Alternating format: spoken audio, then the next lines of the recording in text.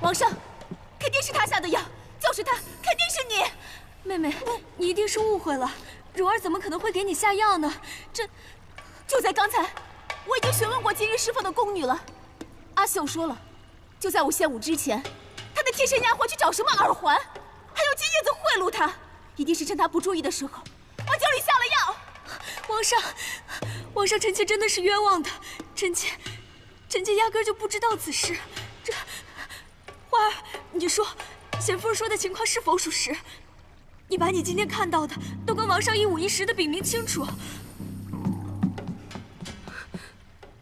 回皇上，我弄丢我家小姐的耳环确有此事，我央着阿秀姐姐帮我找耳环也确有其事，可是皇上，我真的没有下药啊！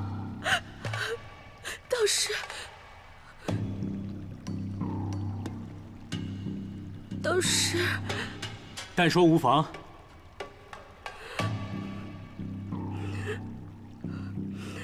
回皇上，我和阿秀姐姐在外面找耳环的时候，正巧看见舒夫人赶过来，而且我还看到她好像往酒里下了什么东西。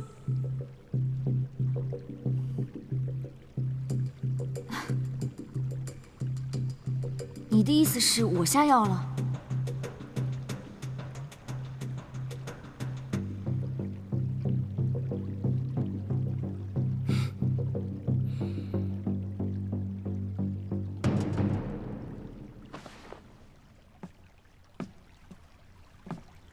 唉，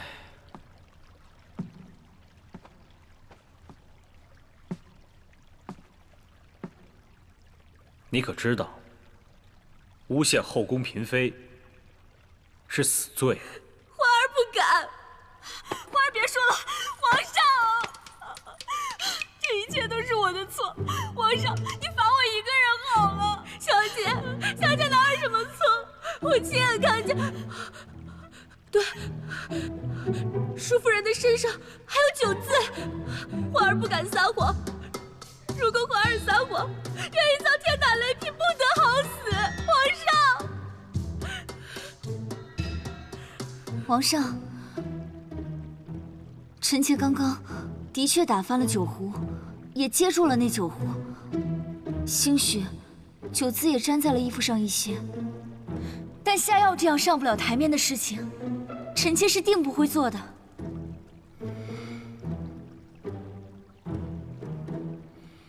皇上，肯定是他们俩联手下的药，他们俩联手一起的。贤夫人真有意思，他们两个联手下的药，然后你就稳坐后位了。你胡说！依我说，舒夫人、贵夫人有下药的嫌疑，你贤夫人也有。我为什么要给自己下药啊？理由，我刚刚已经说过了。哼，皇上，他胡说。德夫人说的确有道理。如此一来，那下药之事便是成了无头的公案了啊！哎，不如此事改日再议。不可！皇上，若要查清此事真相，我倒有一法，用水灵镜。水灵镜？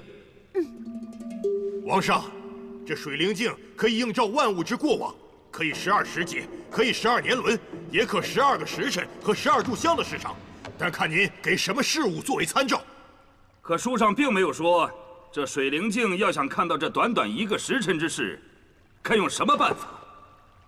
子午虫，皇上，子午虫，我为了用这水灵镜，特地找人查阅了典籍，古书上说了，这子午虫一生只能活6个时辰，若把它放在水灵镜前，这样一来，谁做了什么不该做的，全都一览无余。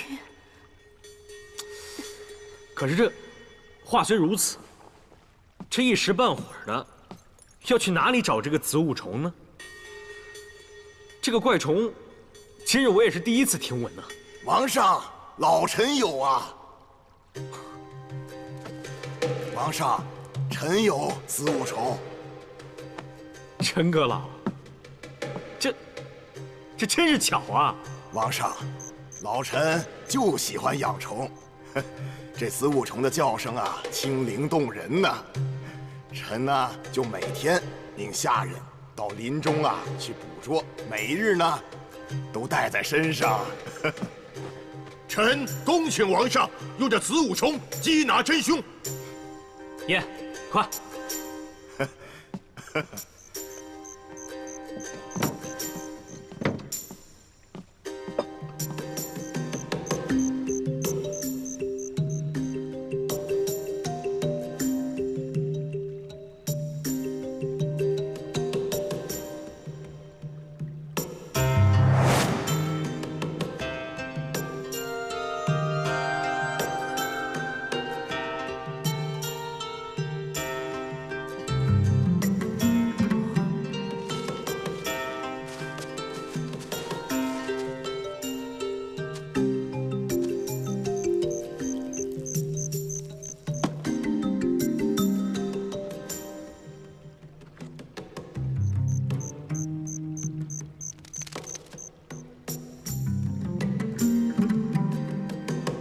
王上，为了证明清白，臣妾愿意第一个试。去。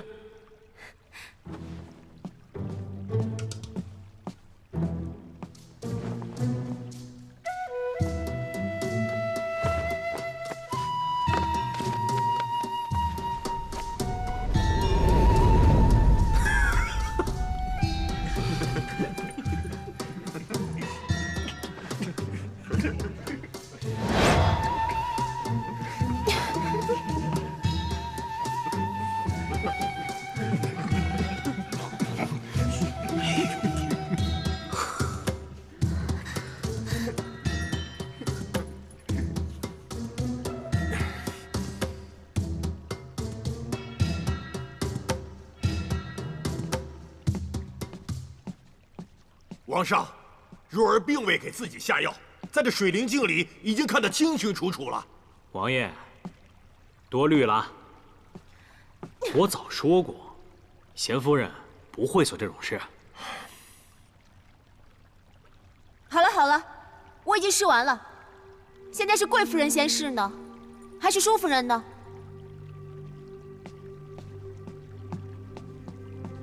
王上，我倒是认为，与其让贵夫人试，不如让她的丫鬟欢儿试，才更合适。王上，这若是按照身份来说，也应该是要舒夫人先试。若舒夫人没有嫌疑的话，再试欢儿也不迟啊。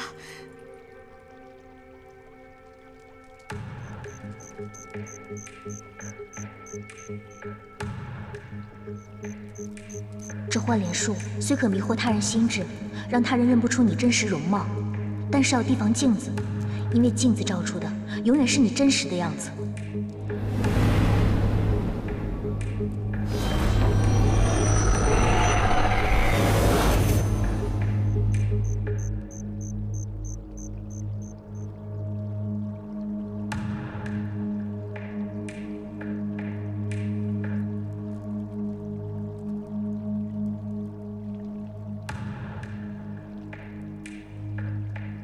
哟，这舒夫人是心虚了。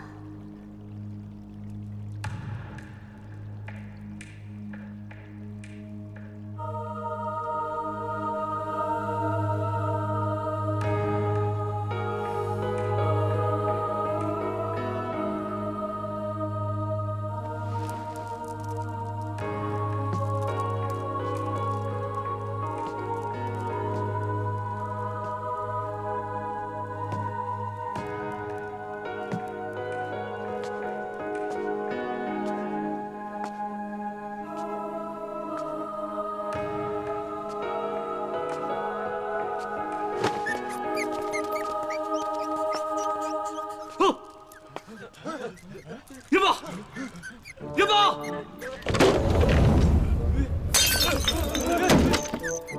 元宝！谁？帮把他抓住！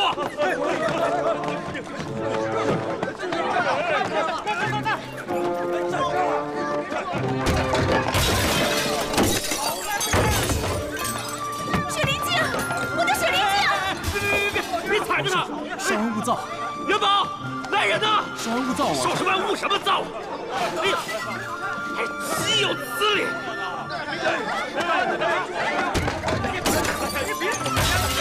雪灵镜，我的雪灵镜！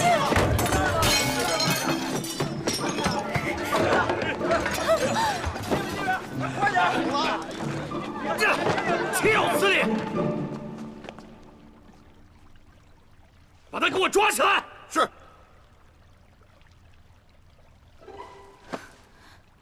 王上为何要抓我？若不是你惊扰了本王的爱宠，这水灵镜岂会破碎？就算今日下药之事不是你干的，但砸坏宫中宝物的罪责，你也难辞其咎。来人，把宇文子拿下，打入翠凉殿。没我命令，谁也不许把他放出来。王上，臣妾冤枉。带走，带走。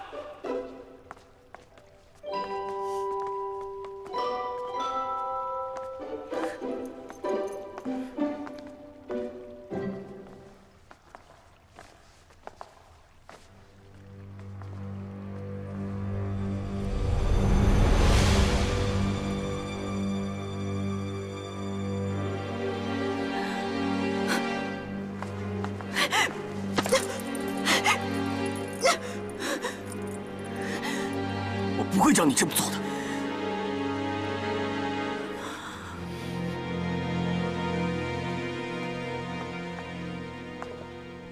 王上，今日立后的事。立后？今天发生这种事，你们还要我立后？你们倒是说说看，我到底应该立谁为后？王上圣明。太院立后之事事关重大，不宜操之过急。明日便赴长渊祭祖，王上也可静心思量几日，祭祖归来之后再行定夺不迟。国公说的有理，散了吧。恭送皇上。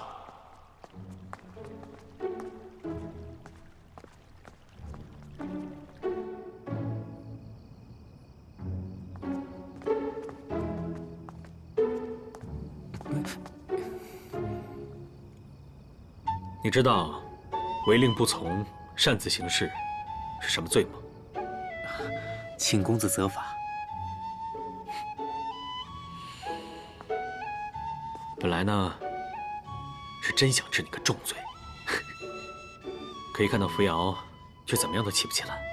你的罪，先欠着吧。我告诉你啊，长渊祭祖需要3天，这几天你帮我好好看着他。要是他再出什么事，我唯你是问。这么说，公子刚才责罚他去翠凉殿，是为了保护他，也为了让启振早日能把他送到我身边。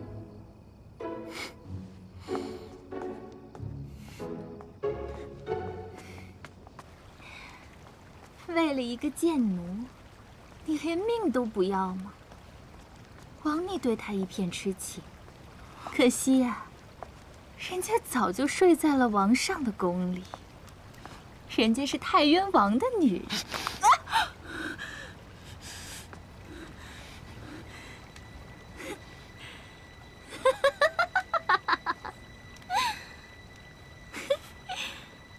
你要杀人灭口啊？嗯？你别逼我！天又不热，你怎么出了这么多汗呢？嗯？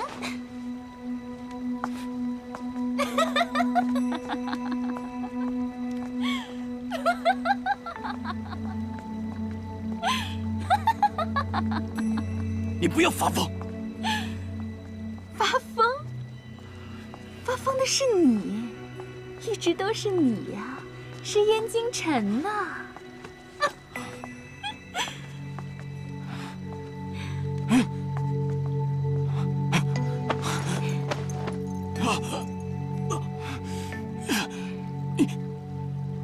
你对我使了什么妖法？我怎么可能对夫君使用妖法呢？我就是想帮你擦擦汗而已。刚巧啊，这手帕上沾了一些迷香草。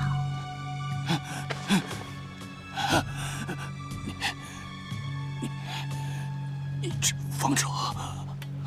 我防着的是那个剑士。你。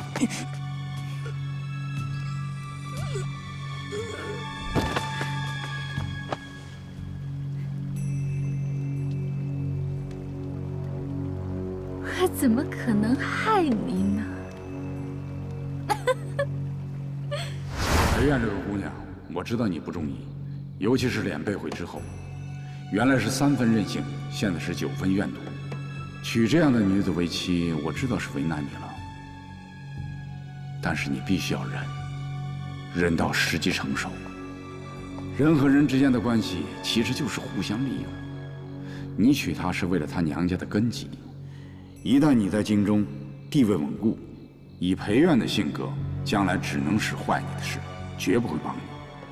到那个时候，这包猎魂散就派上用场了。难道父亲要我？你只需记住一点：行事必须要谨慎。一旦用上这包东西，必须要找到一个替罪羊。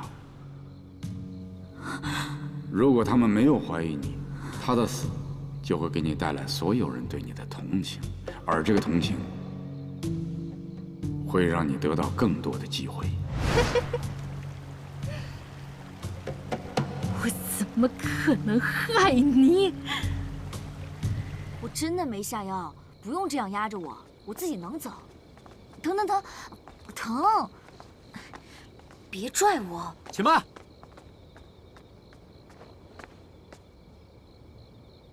王上有口谕给舒夫人，你们退下。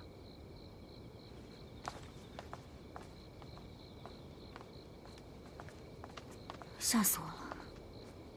公子的心思，姑娘都知道。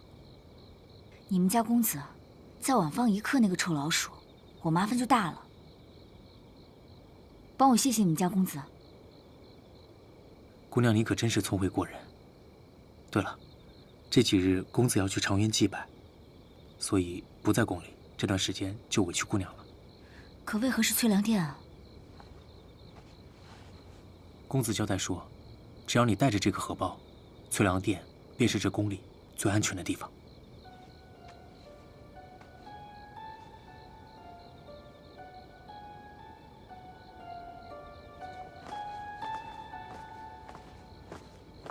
舒夫人，翠凉殿是冷宫，再往前走怕是坏了规矩。 您还是自己进去吧。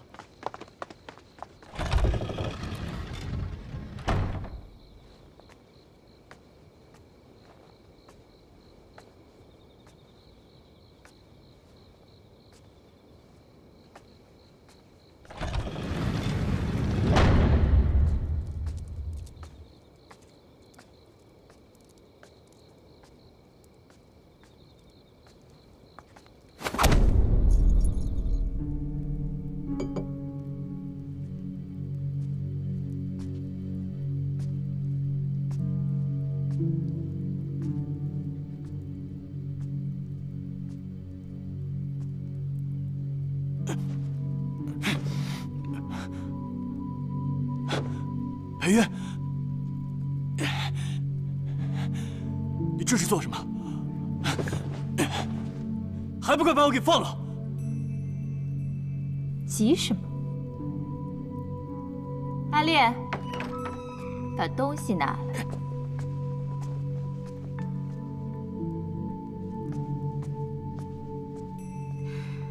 猎魂散，夫君听着可还熟悉？ 这可是掌门亲手交给你，让你有机会毒杀我的烈药。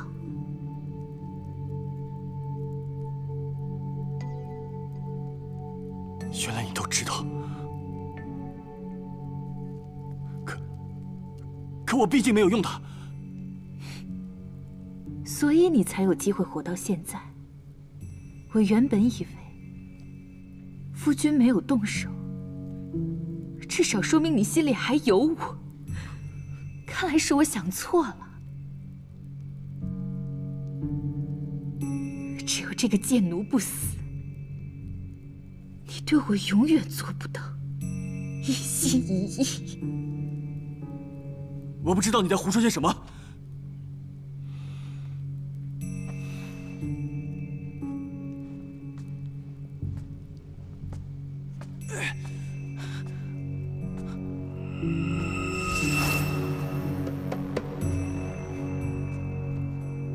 来看看，这是谁呀？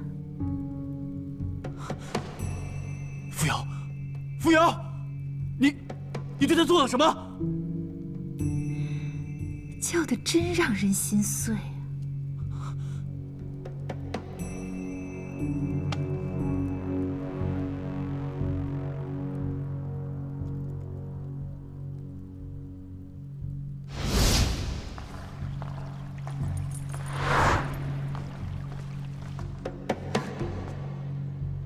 怎么了？府上的大夫宗先生说，小女在围猎场染上了疫病，一旦接触便会传染。小女生怕国公，加之小女样貌丑陋，脸上有一块胎记，生怕会吓到国公。一个人怎么能有2张脸？又不是一般的易容术，那张脸又好似在哪里见到过。难道是我看错了？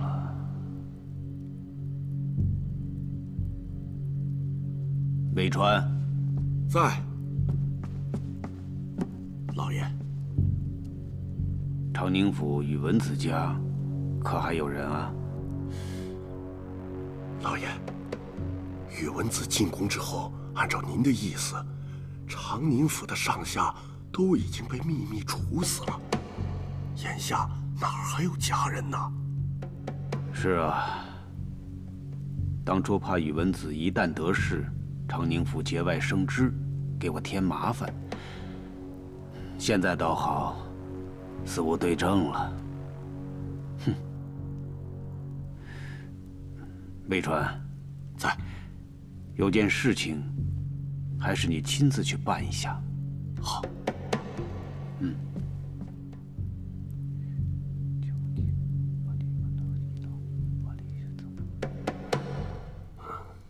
住手！都是我的错。你心疼了，那他就更该死。是我的错，别杀他！住手啊！我说我怎么这一觉睡得这么不踏实？原来都是些我不想看到的人。别挣扎了，我给你喝了失魂散，就算你武功再高强，你也没有力气的。师姐。你就不想光明正大跟我打一架吗？光明正大？你这人不配光明正大。还记得这把刀吗？你就是用这把刀毁了我，毁了我和我的夫君。裴元，裴元，你听我说，你要是再替这个贱人说话，我就真的杀了他。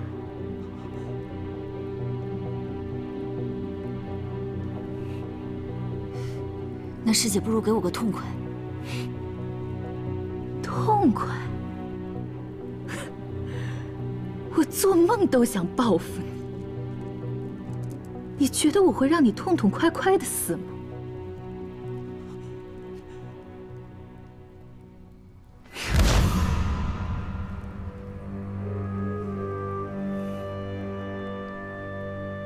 我要让你跟我一样惨。啊不！我要让你比我更惨！时至今日，你都不知道自己的脸是谁弄的吗？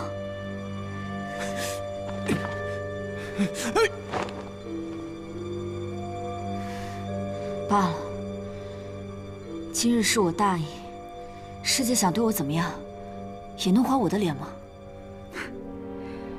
我刚才确实是这样想的，不过现在我改主意了。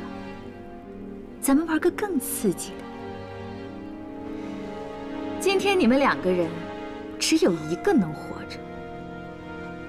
这猎魂散，夫君，你看是你喝了呢，还是让这个贱奴喝了？裴炎，你何苦如此呢？你难道想替他死？裴炎，我错了，我知道错了。以前是我不懂得珍惜你，但是我现在想明白了，这个世界上只有你对我是一心一意的。我们好好过日子吧，我以后再也不会辜负你了，裴炎。好啊，那你现在就杀了他。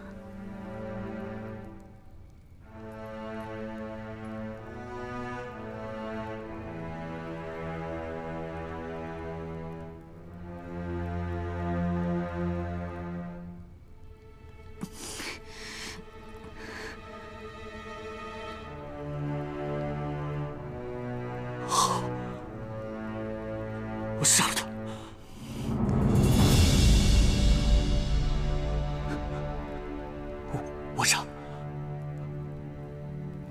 我杀了他。我在这看着，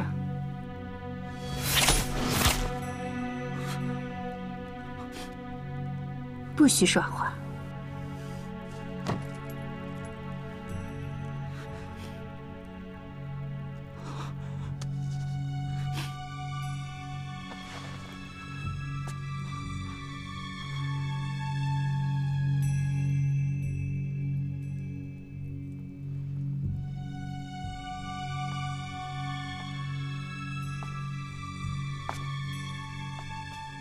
对不起，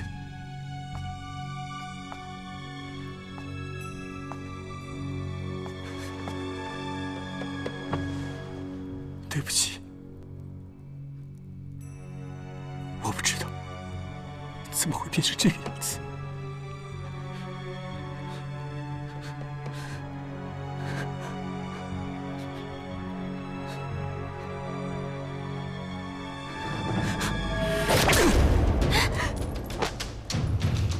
扶摇，你快跑！你快跑！你以为他能逃得出这间屋子吗？好，既然一定要死一个，我死！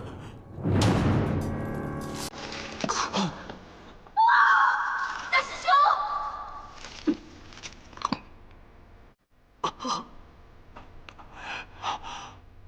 我死，能换扶摇一条命吗？大师兄！大师兄！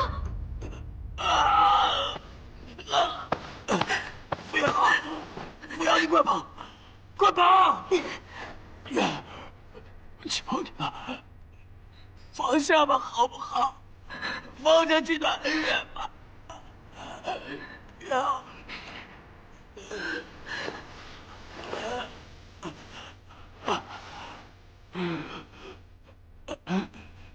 你宁愿死，也不愿伤害他。你为什么这么傻？你知道你这样做的后果吗？我让你爱我，为什么这么难？放下吧，裴元。师兄。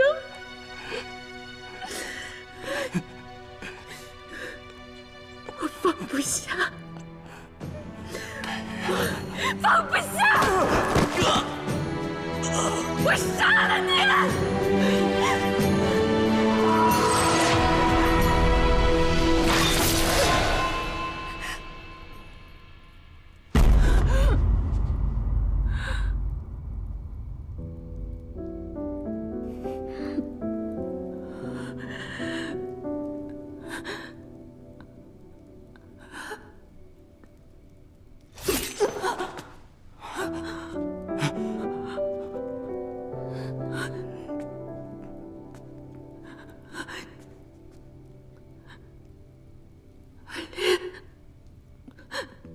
你的脸是我毁的。为什么？为什么？因为你从来没有把我当做一个人。我从小和你一起长大，一心一意的照顾你，可你呢？待我都不如一条狗。这一切都是你应得的。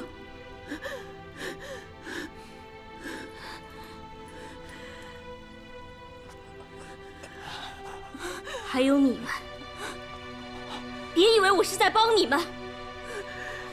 我恨你们每一个人。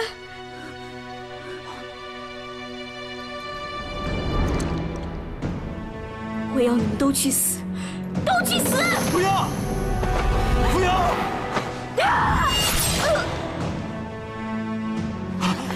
月月！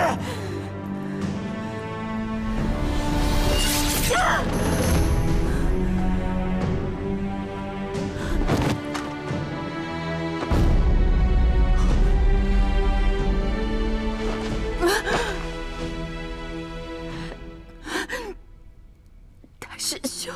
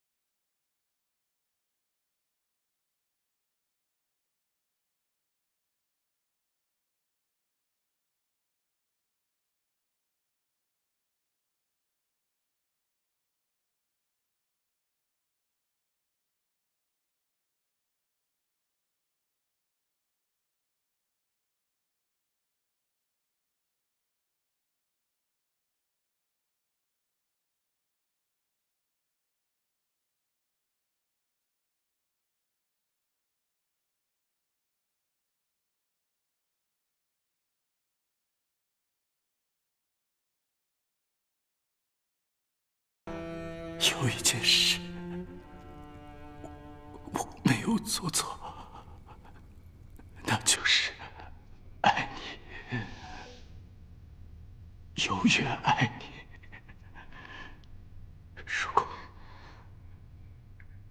如果我们能再回到雪原上，该多好！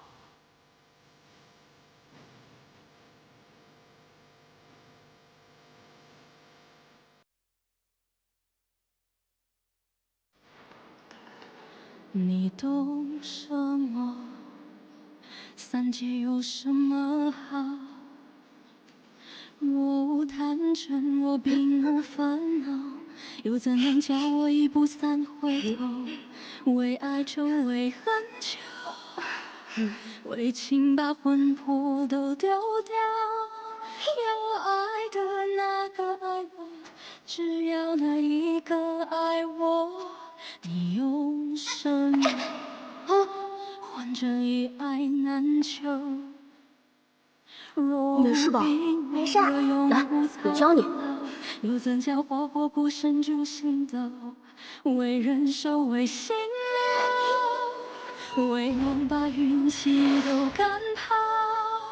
要我美得落他魂魄，一直在他心里闪烁。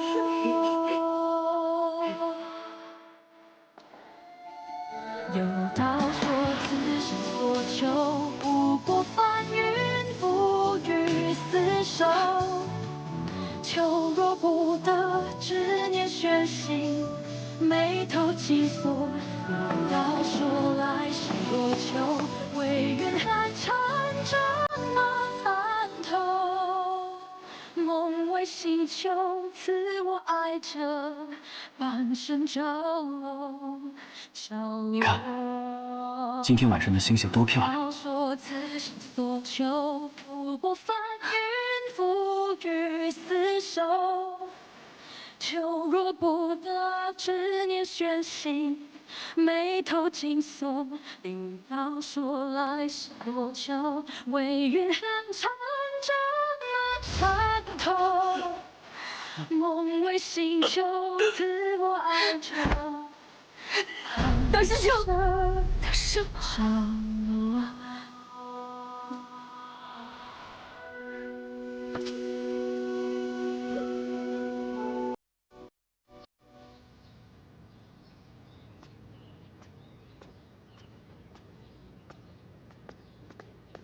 月儿，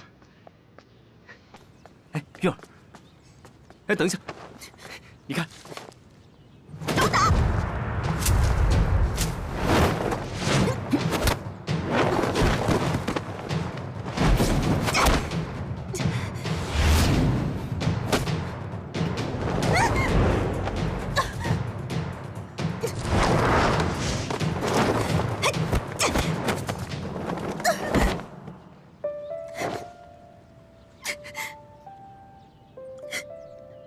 你这走了3年，功夫长进倒是不少，不过还是欠点火候。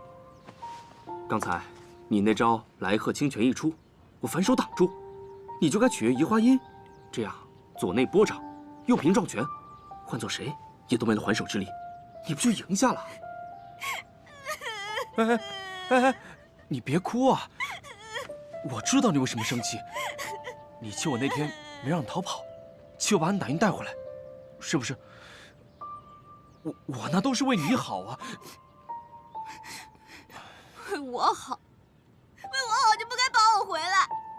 我跑还不是因为我受够了那些眼就能看到头的日子，在这国公府里头待着，我干什么都得听我爹的安排，全凭他的喜欢和厌恶去生活，这不公平啊！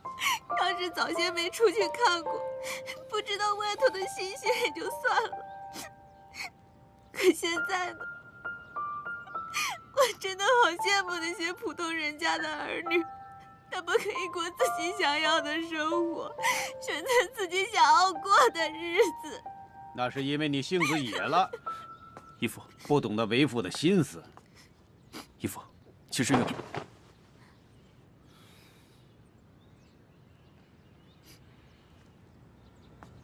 不哭了，嗯。 云儿，你自幼体弱多病，没人看着你，根本就活不下来。为父把你送去学艺，没想到这一送出院来了。性子野了不说，还学着下等人在伙房里烧火做饭。说人家是下等人，那你别吃饭啊！伙房里荤油灶灰的，哪像一个大家闺秀该去的地方啊？成何体统啊！我就不成体统了，我就喜欢在那儿待着。 我不但要在灶台边上待着，我还要请你嘴里那些下等人来吃饭，来多少我管多少。你跟为父顶嘴啊？你怎么现在这样啊？你信不信我？你打呀！整天只知道凶我，只知道管我，什么都不让我做，我活着就是你两口。与其这样，还不如小生死了算了。 你说我这样活着比死人还惨！月儿，月儿，你要去哪？月儿，月儿，月儿，去叫钟先生。是。月儿，月儿。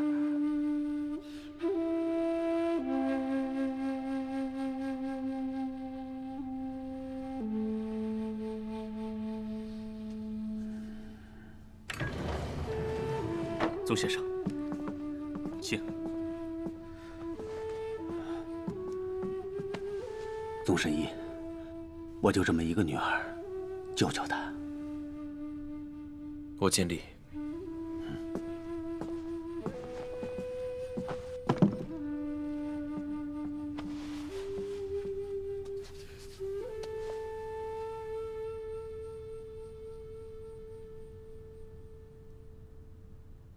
小姐幼时曾患有重疾，这鬼门关走了也不只是一遭，对吧？嗯。她能活到今天，已绝非人力可以相助，定是有什么神器在庇佑她吧。再厉害的神器，也终究是外部的东西，性命能保，病根难除。此番小姐是旧疾重来，只怕更为凶险。先生，请您务必倾尽全力，必当重谢。国公客气了，只是我出手行医，不便有旁人打扰，还请门外等候。啊，那是自然。